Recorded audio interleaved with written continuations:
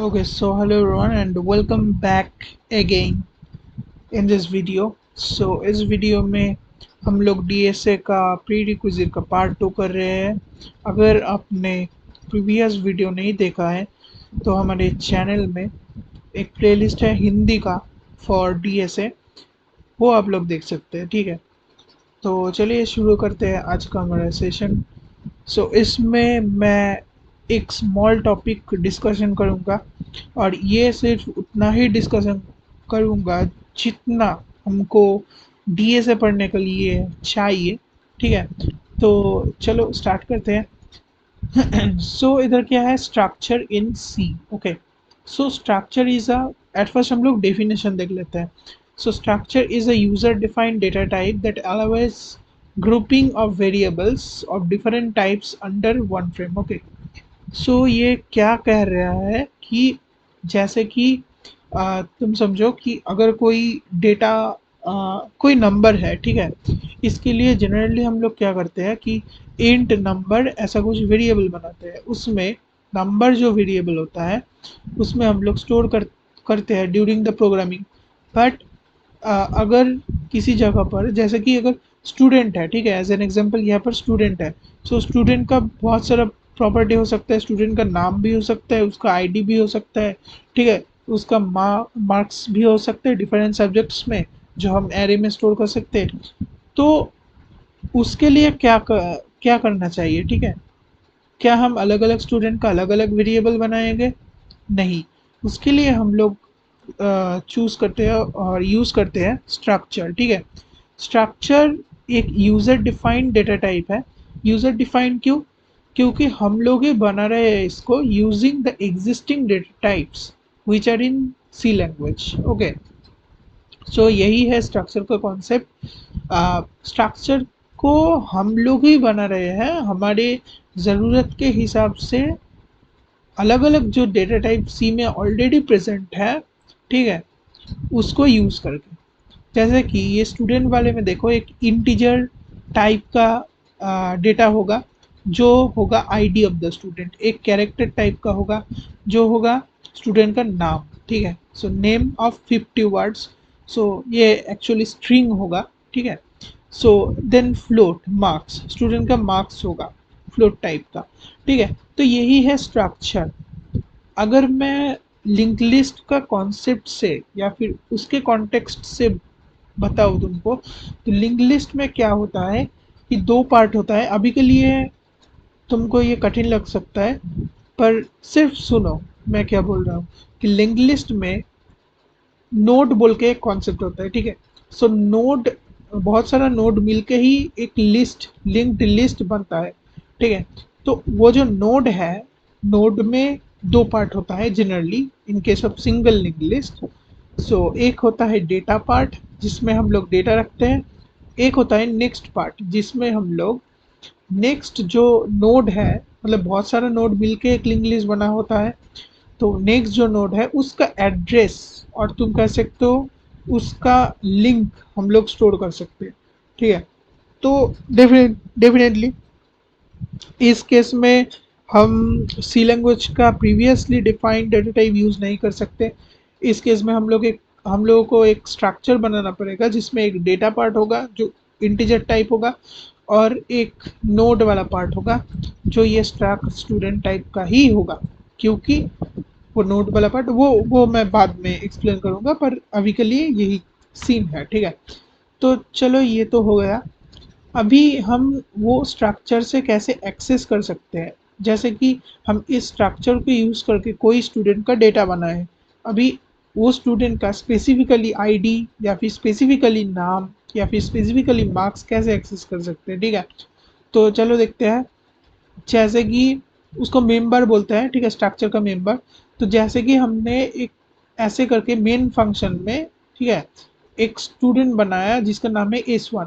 हम एक single line use करके ही अभी एक स्टूडेंट का इंस्टेंस बना सकते हैं या फिर एक स्टूडेंट का मतलब प्रोफाइल कह सकते हो, इसको प्रोफाइल बना सकते हैं। ठीक है, जस्ट हमको ये वाला लाइन लिखना है, स्ट्रक्ट स्टूडेंट, देन एक नेम जो हम उस स्टूडेंट को देना चाहते हैं। तो S1 का प्रोफाइल हमने बना लिया इस लाइन से।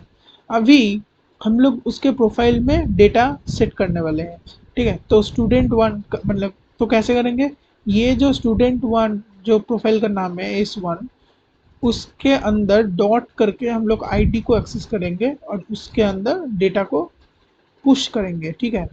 उसके बाद सिमिलरली एक्चुअली इसके तरह ही इसको लिख सकते हैं, पर str कॉपी यहाँ पर यूज़ किया है।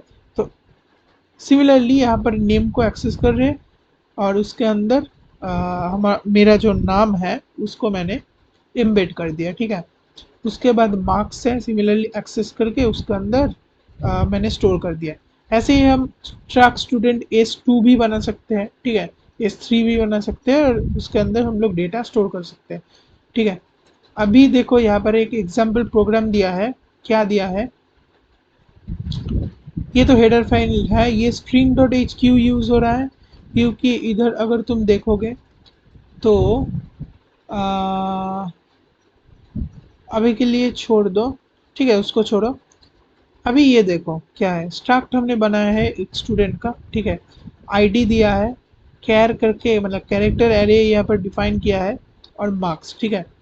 तो अभी क्या कर रहे हैं, इसमें मेन फंक्शन में एक स्टूडेंट को फॉर्म कर रहे हैं। उसके बाद उसका डेटा डायरेक्टली भी हम सेट कर सकते हैं, ठीक है, वो एक्सेस ना करके। पहले हम क्या कर रहे थे, डॉट डॉट करके एक्सेस कर रहे थे। अभी के लिए तुम ये भी कर सकते हो, ठीक है, डायरेक्टली ये जो ब्रैकेट है इसके अंदर। पर तुमको ये ध्यान में रखना है कि पहला वाला तुम जो दे रहे हो वो पहला, जस्ट अ सेकेंड, तो ये जो पहला वाला वन दे रहे हो ना, ये मेंबर का मतलब स्ट्रक्चर का मेंबर का पहला वाला एलिमेंट में ही जाएगा। तो उसका जो डेटा टाइप है उस हिसाब से डेटा तुमको देना है इधर ब्रैकेट में।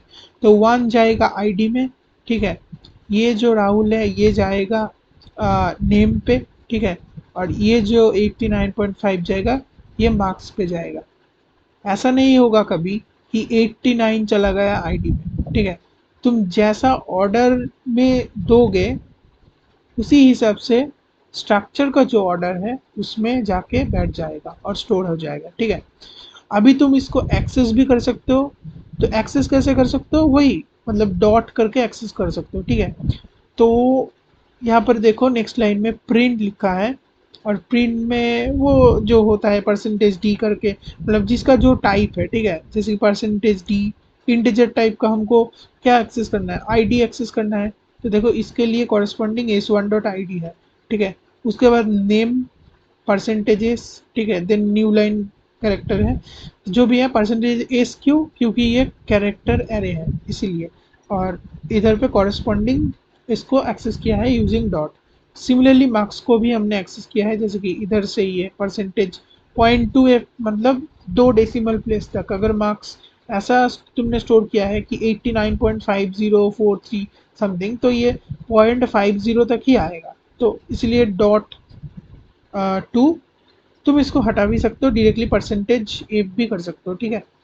और इसके कॉरेस्पॉन्डिंग जो डेटा हमने यहाँ पर एक्सेस किया है वो स्टूडेंट वन जो स्ट्रक्चर है उसका मार्क्स, स्टूडेंट S1 का मार्क्स क्यों हमने कहा है, क्योंकि S1 में ही हमने डेटा स्टोर किया है। जैसे कि अगर यहाँ पर मल्टीपल होता कि स्टार्ट स्टूडेंट S2 देन अलग सा कोई डेटा होता, तो उसको भी हम लोग S2 डॉट मार्क्स करके अलग और एक लाइन में एक्सेस कर सकते हैं, ठीक है। तो यही बात है। अभी देखो ये तो बेसिक मतलब स्ट्रक्चर का हो गया। अभी पॉइंटर टू स्ट्रक्चर ये वाला चीज़ है, ये छोड़ दो। मैं जो दिखा रहा था कि combining structure with dynamic memory allocation, ये वाला इंपॉर्टेंट है एक्चुअली। तो कैसे कर सकते हैं, ठीक है। हमने सिमिलर है, ठीक है। अगर तुमने पिछले वाला वीडियो देखा होगा तो उसमें मैंने बताया था कि कैसे तुम एक इंटीजर टाइप का मेमोरी डायनेमिकली एलोकेट कर सकते हो। यहाँ पर तुमको कौन सा टाइप का मेमोरी एलोकेट करना है, तुम्हारा डिफाइन किया टाइप का। तुम्हारा डिफाइन किया टाइप कौन है, कौन सा है, स्ट्रक्ट स्टूडेंट, ठीक है। तो यहाँ पर क्या किया है, मेमोरी एलोकेट किया है using malloc function. And size क्या होगा इसका, स्ट्रक्ट स्टूडेंट का जो साइज है वही होगा, क्योंकि स्ट्रक्ट स्टूडेंट क्या है, ये भी तो एक डेटा टाइप है। पर ये यूजर डिफाइंड डेटा टाइप है जो तुमने बनाया है। और वहां पर क्या था, पिछले वाला वीडियो में इंट था, सिर्फ इंट था, क्योंकि सिर्फ हम एक इंटीजर के लिए मेमोरी एलोकेट कर रहे थे। पर यहाँ पर क्या है, हम लोग डायनेमिकली मेमोरी एलोकेट कर रहे हैं स्टैक स्टूडेंट टाइप के लिए। वैसे ही जब हम लिंक लिस्ट करेंगे तब नोड के लिए करेंगे, तो तभी स्ट्रक्ट नोड होगा इधर। तो स्ट्रक्ट स्टूडेंट का जो साइज है एक का, तो उसके साइज के हिसाब से मेमोरी एलोकेट कर लिया। अभी सिमिलरली जो कॉन्सेप्ट है, मतलब यहाँ से कौन से टाइप का एड्रेस, मतलब यहाँ से तो एड्रेस रिटर्न करेगा, तो उसको टाइप कास्ट करना है किसमें, स्ट्रक्ट स्टूडेंट में, ठीक है। और ये जो पॉइंटर है जिसमें तुम स्टोर करोगे, ये एड्रेस, मतलब जो एड्रेस तुम स्टोर करोगे, जो मेमोरी तुमने डायनामिकली एलोकेट किया, वहां पर कौन सा, मतलब कौन से टाइप का डेटा स्टोर होगा, स्टैक स्टूडेंट टाइप का डेटा स्टोर होगा।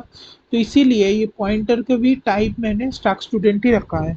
तुम इसको, मतलब इसको उठा के, ठीक है, डायरेक्टली ये जो पॉइंटर वाला लाइन है इसमें पेस्ट कर सकते हो, ठीक है, अलग से लिखने का कोई ज़रूरत नहीं। तो यही चीज़ है मोटा मोटी। अभी देखो डायनेमिकली स्ट्रक्चर एलोकेशन कैसे होता है, कि स्टैक स्टूडेंट इसमें आईडी और नेम है। अभी और एक चीज़ यहाँ पर इम्पोर्टेंट है, जब मतलब वहाँ पर जब स्ट्रक्चर से डायरेक्टली कर रहे थे विदाउट एनी पॉइंटर, तब हम डॉट करके कर रहे थे। पर अभी के लिए क्या है, ये एज जो है ये एक एड्रेस होल्ड कर रहा है। तो एड्रेस मतलब ये एक पॉइंटर है, तो पॉइंटर के अंदर का जो आईडी है वो हम अगर एक्सेस करना चाह रहे हैं, तो तब हमको माइनस देन ग्रेटर देन ये वाला साइन यूज करना है, ठीक है। मतलब इस एड्रेस का जो डेटा है उसका आईडी, ठीक है, हम लोग एक्सेस कर रहे, तो ये थोड़ा सा याद रखना। अभी इस पर असाइन किया है 1001, ये वाला असाइन किया है, तो असाइनमेंट तो होगा। एक्सेस करने के टाइम में भी यही वाला यूज करके ही हम लोग एक्सेस कर सकते हैं, ठीक है। अभी कॉपी मतलब नाम भी सेट किया है, ठीक है। अभी देखो प्रिंट किया है, प्रिंट करने के टाइम मैंने जो बोला कि ये यही वाला यूज करके एक्सेस कर सकता है। और इस आईडी का टाइप क्या था, इंटीजर था। तो सिमिलर है, ये सब चीज़ सिमिलर है, सिर्फ पॉइंटर वाला पार्ट अलग है। थोड़ा सा इस कोड को प्रैक्टिस करना। ये जो पीडीएफ है इसका लिंक मिल जाएगा डिस्क्रिप्शन, सॉरी पिन कमेंट में, तो देख लेना थोड़ा सा। अभी फ्री एस क्यों किया है, यहाँ पर तो करने का कोई ज़रूरत नहीं था, पर जब तुम लिंक लिस्ट में कोई नोट डिलीट करोगे तब तुमको, मैंने पिछले दिन ही एक्सप्लेन किया था कि डायनेमिकली एलोकेटेड मेमोरी अगर हमको ज़रूरत नहीं है, तब हमको उस मेमोरी को फ्री करने के लिए फ्री वाला फंक्शन यूज़ करना है, ठीक है। और अगर हेडर फाइल्स देखोगे तो देखो तुम इधर, हम लोग stdlib.h ये वाला हेडर फाइल है टू यूज डायनेमिकली, मतलब डायनेमिक मेमोरी एलोकेशन फंक्शंस, जो है malloc and free in our case. और ये स्ट्रिंग डॉट एच क्यू यूज़ किया है, ये वाला जो स्टीयर कॉपी फंक्शन है इसको करने के लिए, बट ये उतना इम्पोर्टेंट नहीं है, ठीक है। तो वही वाला चीज़ है। अभी डायनेमिक एरे ऑफ स्ट्रक्चर्स ये थोड़ा सा किया है, हम लोग बाद में देखेंगे, ठीक है, ये सब अभी नहीं चाहिए। एप्लीकेशन क्या है इसका, देखो stack node star with next pointer, इसके लिए मतलब लिंक लिस्ट में यूज होता है, स्टैक क्यू में, ट्री ग्राफ में। Stack queue and tree graph में क्यों यूज होता है, क्योंकि इसमें भी लिंक लिस्ट या फिर डायनेमिक एरे ही कहीं ना कहीं आ जाता है, तो इसलिए उसमें भी यूज होता है, ठीक है। तो यही बात है, सिंपल सा बात है। अभी देखो इसमें नोड का भी कॉन्सेप्ट दिया है, पर इस वीडियो को मैं और नहीं लंबा करूँगा, तो अभी के लिए यही ठीक है। चलो, थोड़ा सा ये नोट्स दिया है, मैं इसका link description, sorry pin comment में दे दूँगा। तो अगर वीडियो पसंद आया ज़रूर से लाइक करना, चैनल को सब्सक्राइब करना, और बस यही तक था। And thank you for watching this video till the end, and good bye.